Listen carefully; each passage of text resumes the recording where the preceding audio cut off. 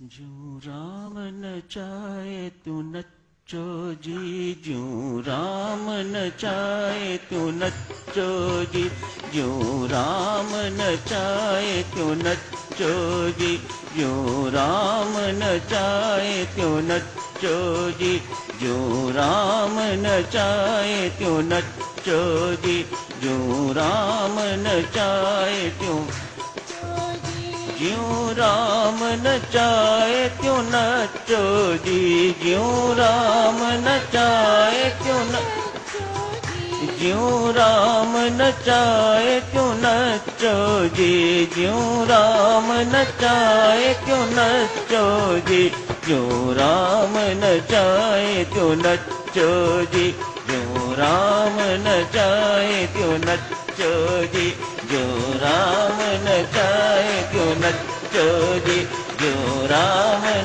चाहे त्यों नच्चो जी, ज्यों राम न चाहे त्यों नच्चो जी, ज्यों राम न चाहे त्यों नच्चो जी, ज्यों राम न चाहे त्यों नच्चो जी, ज्यों राम न चाहे त्यों नच्चो जी, ज्यों राम न चाहे त्यों नच्चो ज्यों राम न चाहे त्यों नच्चो जी, ज्यों राम न चाहे त्यों नच्चो जी, ज्यों राम न चाहे त्यों नच्चो जी, ज्यों राम न चाहे त्यों नच्चो जी, ज्यों राम न चाहे त्यों नच्चो जी, ज्यों राम न चाहे त्यों नच्चो जी। बहुत बहुत धन्यवाद दिव्यो। पूज्यपाद स्वामी जी महाराज ने वंदा विरागी का प्रसंग लिया है। यही स्पष्ट हुआ ना साधक सुनो, जिसने अपने जीवन में सत्संग का आश्रय लिया, सिमरन का आश्रय लिया, सदाचारी जीवन का आश्रय लिया, परमेश्वर ने उसे वंदनीय बना दिया। लक्ष्मणदास नामक व्यक्ति बाद में माधुदास वंदा वैरागी नाम पड़ गया, वंदनीय बना दिया परमात्मा ने। अपने कर्तव्यों का ईमानदारी से पालन किया, छोटी छोटी बातों में उलझा नहीं, छोटी छोटी बातों को लेके अपनी जिंदगी को बिगाड़ा नहीं, कभी डिप्रेशन में नहीं गया, कभी जीवन में क्रोध नहीं आया, अपने कर्तव्यों का पालन किया है, परमेश्वर के सहारे जीवन व्यतीत किया है। सत्संग यही तो सिखाता है। सत्संग की मुख्य सीख यही है, राम राम जपते जाओ, अपना काम करते जाओ। स्वामी जी महाराज की शिक्षा ही यही है। अपना काम करते जाओ, कर्तव्य कर्म निभाते जाओ, ईमानदारी से।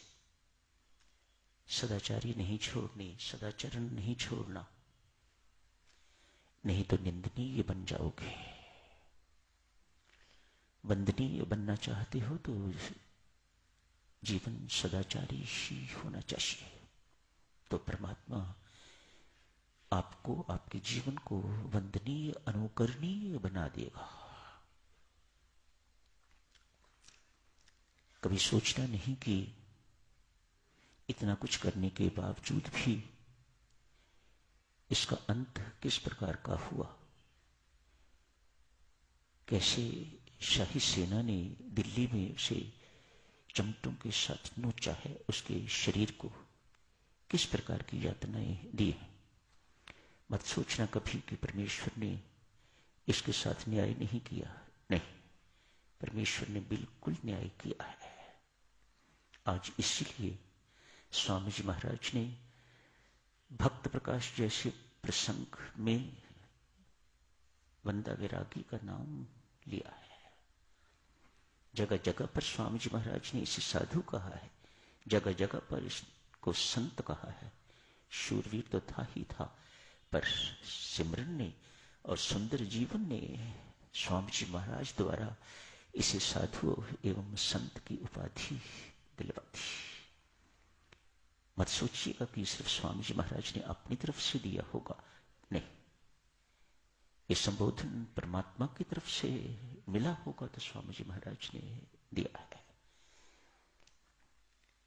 परमात्मा ने इसका साधुत्व स्वीकार किया, इसकी संताई को स्वीकार किया, एक लड़ने वाला होने के बावजूद भी, युद्ध करने वाला व्यक्ति है, राजपूत है, परमेश्वर ने किस मंच पर लाके खड़ा कर दिया?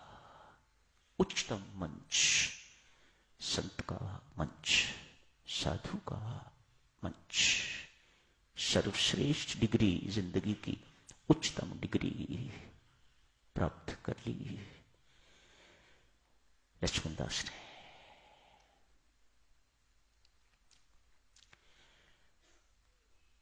अपने गुरु से भी कहीं आगे निकल गए। गुरु गोविंद सिंह जी के साथ इनका संपर्क हुआ, बड़ी घनिष्ठता हो गई। दोनों ने मिलकर तो अनेक युद्ध किए,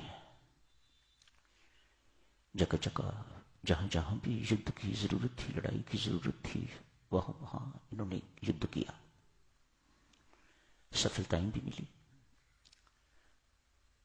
और फिर अपने ही लोगों में फूट के कारण,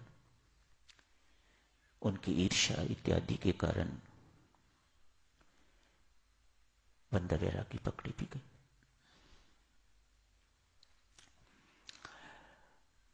कभी की बात है, साधक सुनो, गुरु गोविंद सिंह जी ने पूछा, बंदा तेरा गुरु कहां है?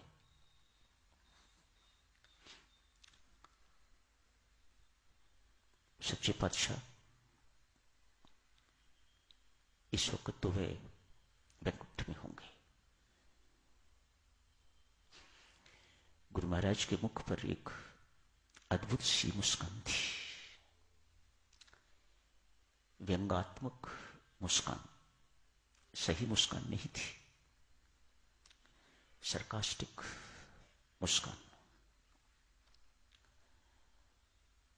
बंदा ने पूछा, महाराज क्यों मुस्कुरा रहे हैं, क्या बात है? यूं ही, नहीं महाराज, कुछ मेरे से छुपा रहे हैं,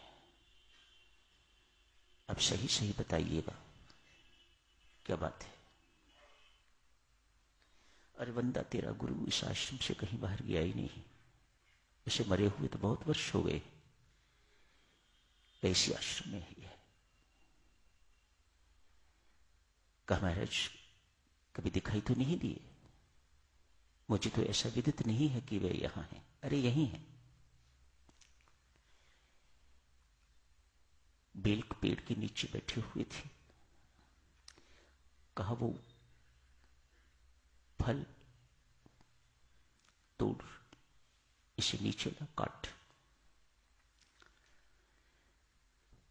काटा, उसमें से एक कीड़ा निकला। गुरु गोविंद सिंह जी कहते हैं, यही तेरा गुरु। पूछा, महाराज क्या कह रहे हैं आप? मेरे गुरु महाराज का अपमान कर रहे हैं। अरे नहीं, ठीक कह रहा हूं। ऐसा क्यों हुआ इनके साथ? इन्हीं से पूछ। गुरु गोविंद सिंह जी कहते हैं, इन्हीं से पूछ, ऐसी हालत क्यों हुई? पूछा, गुरु महाराज इस दुर्गति को कैसे प्राप्त हुए आप? बंदा के गुरु महाराज, मैंने आपसे नामदान लिया हुआ है, आपकी ऐसी दुर्गति क्यों हुई, क्या हुआ है? कहा, माधुदास, उस वक्त अभी बंदा नहीं बना होगा, माधुदास होगा। कहा, माधुदास, इसी पेड़ के नीचे मेरी मृत्यु हुई। मृत्यु के वक्त मेरी दृष्टि इस पेड़ के फल पर चली गई। इस सीजन का फल नहीं खाया। तब से लेके आज तक बार बार मुझे परमात्मा यही योनि दे रहे हैं, कीड़े की योनि, रज्ज के फल खा। एक बार मरता हूं, फिर परमात्मा मुझे फल में डाल देते हैं, फिर मरता हूं, फिर फल में डाल देते हैं। कैसी खतरनाक चीज है देवी सज्जनों ये अशक्ति। स्वामी जी महाराज का उपकार देखो, जो आप सबसे, हम सबसे हाथ जोड़ के विनती करते हैं, छोड़ो छोड़ो इन मामूली मामूली छोटी छोटी बातों को, तुच्छ बातों को। देखो क्या हश्र हुआ है इस गुरु का, जिसकी आसक्ति परमात्मा से टूट गई तो उस फल के प्रति आसक्त हुआ, तो परमात्मा ने अनेक योनियां इसी काम में व्यतीत कर दी। ले जितना मर्जी फल खा। माधुदास, इन गुरु महाराज से कहो मेरी सद्गति करवाएं। मेरा प्रारब्ध कुछ ऐसा ही लिखा होगा कि दुर्गति होगी, और उसके बाद ये सदगुरु महाराज द्वारा तेरा कल्याण होगा।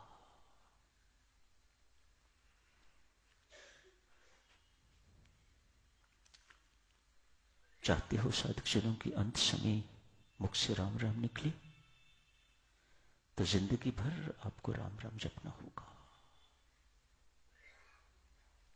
इस वक्त आप किसी एक चीज को लेके ऐसे बैठ जाते हो, उसे ऐसे दिल पर लगा लेते हो जैसे कि सब कुछ संसार का यही है। अगर इसी वक्त मृत्यु हो गई तो सोचो सारा किए किराए पर पानी फिर जाएगा। पार्थ, जो अंत समय मेरा स्मरण करता हुआ देह को त्यागता है, वह निस्संदेह मुझे प्राप्त करता है। मानो अंत समय का सोच, अंत समय की सोच, अंत समय का जो दृश्य आपके सामने होता है, उसी दृश्य को आप प्राप्त होते हैं। जैसे एक फोटोग्राफर की दुकान पर व्यक्ति फोटो खिंचवाने के लिए जाता है। फोटोग्राफर कहता है स्माइल प्लीज, मानो हंसोगे तो फोटो हंसी की आएगी, सीरियस मुख रखोगे तो सीरियस मुख की फोटो आएगी, रोता हुआ मुख बनाओगे तो रोते हुए मुख की फोटो आएगी। बहुत सुंदर उदाहरण। इसी प्रकार से ही सत्य है। हमारा अगला जन्म किस पर निर्भर करता है? आपकी अंत समय हालत क्या थी? अंत समय तभी मुख से राम राम जपा जाएगा यदि जिंदगी भर छोटी छोटी बातों में आप उलझे नहीं, छोटी छोटी बातों को महत्व नहीं दिया, झूठ नहीं बोला, बेईमानी नहीं करी, हेराफेरी नहीं करी, अन्याय इत्यादि नहीं किया, बहुत पवित्र जीवन, सदाचारी जीवन व्यतीत किया है, तो साधक जनों तब परमात्मा कृपा करेगा तो अंत समय मुख से राम निकलेगा तो आपकी सद्गति होगी, आप राम को प्राप्त होगे।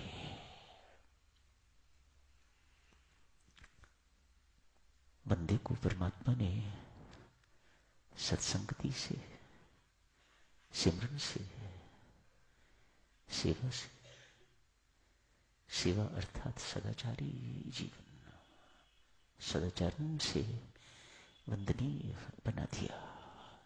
यही समाप्त करने की इजाजत दीजिए। धन्यवाद।